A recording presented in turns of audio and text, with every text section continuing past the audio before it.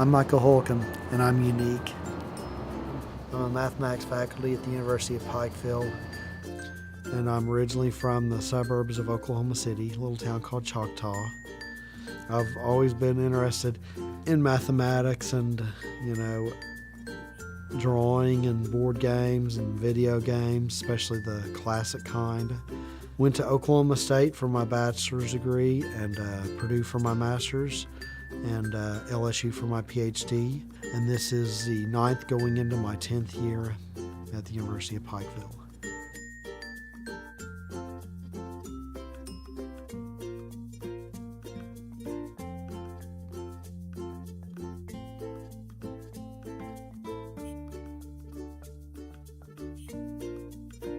Do what you enjoy and don't give up. Be persistent. Find those friends that you can relate to and hold on to them. Keep those relationships strong.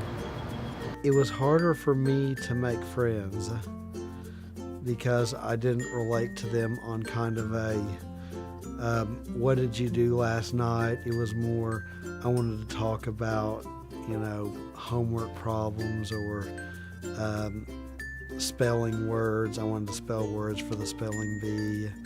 And I guess I took refuge in my books. It's still a struggle. I think I have made strides to be able to have conversations where I relate to other people. I think when I started to relate to other people better was when I was in an honors dorm, when Parker Hall was an honors dorm at Oklahoma State. And I had a lot of people that were kind of more at my level. Your kids that were 3.5, 3.75, 4.0 students. And I thought that was so cool. There were people that I could relate to, that they were bright in their areas and I was bright in my areas.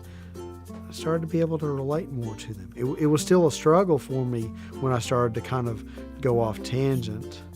I don't know, sometimes I've seen videos of ADHD, and I don't know, sometimes I wonder if I am ADHD.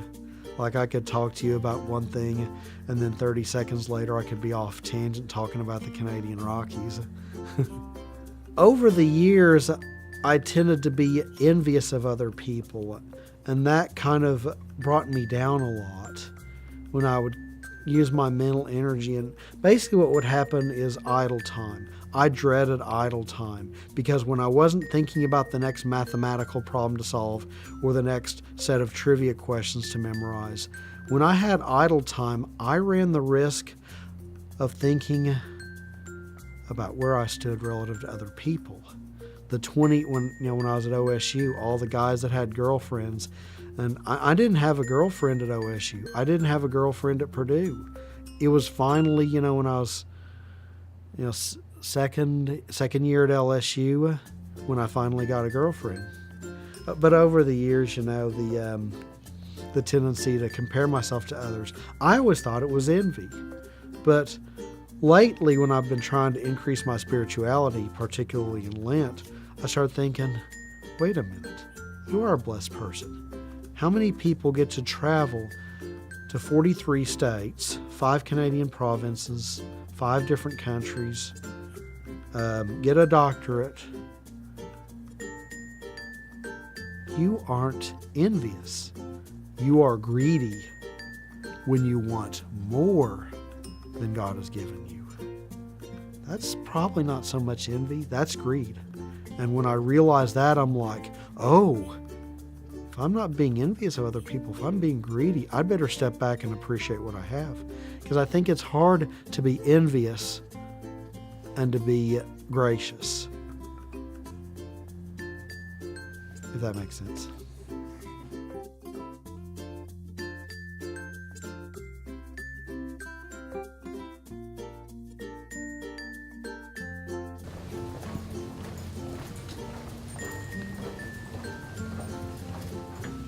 She stays here. I'm in the office. It's been a long day. Still got one more event for the evening. A board game event. Let's see, nice decorative unit tangent vectors and stuff like that on the board. Yeah, it's a pretty cluttered office. It's pretty standard for the course, and lots of Dr. Pepper cans sprinkled about. I didn't pass the qualifying exams at Purdue. I felt like, I would like, to get a PhD, but I'd like to share that mathematical talent with the next generation. Mathematics is enjoyable because it's symbols and it's manipulation, and there's so much mathematics around you. A mathematical theorem may have 3 hypotheses to be satisfied, and the conclusion would automatically transfer. I might read a dating website that says, in order to get a relationship with a woman, you got to do this, this, and this, and I'd be like, with my luck, if I did that, that, and that wouldn't translate into getting a relationship. So I do tend to think that way, but I also understand the limitations that there really is there's a recipe for finding prime numbers. There's not really a recipe for falling in love.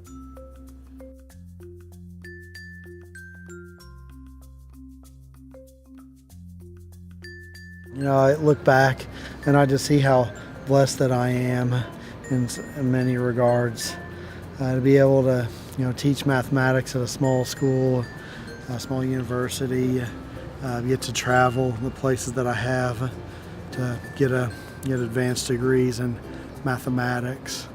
But sometimes my mind is just so active that I have a tendency to, compare myself to other people. And I kind of overlook that, and I'm like, well, yeah, you've been blessed, but they have a spouse, they have kids, I'd like that, and then the next day I'd be like so immersed in thought that I'm like, what? The other day I said I wanted to have a spouse and kids? Well, it could go either way. When the work is done at the end of the day, too many thoughts of, well, I'm done for the day.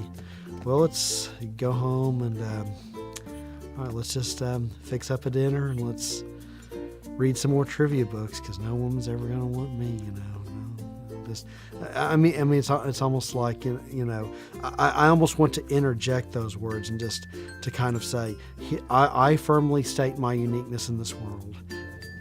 I think it was probably about 3rd grade when I started to realize that I wasn't that popular, and that I was like, what am I doing? I don't know, maybe at that point I was like, well, and at that point, also the kids were kind of a little more vocal about, gee, this Mike over here, he's too smart for his own good. Well, I don't know. I don't know if I was so self-conscious at that age that I internalized that I was so different. I just had a lot of mental energy, and we had a 25-cent Funk and Wagnalls encyclopedia growing up. We had Guinness Book of World Records growing up, so I just like to read all that. I don't know if I'd be able to transfer my mental abilities because I just have so much mental energy. My advice for people that kind of struggle like I did is to kind of find something that makes you fulfilled. At the end of the day, some people go to bed saying, I've got everything I've ever wanted. And they talk about the family and their friends. And some people are fulfilled in that they say, I have everything I wanted. A fulfilling job, close friends.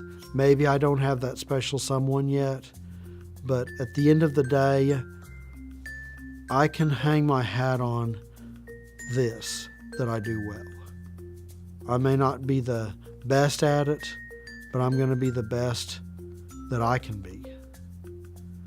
But basically, I read a book one time that said, if you're feeling lonely,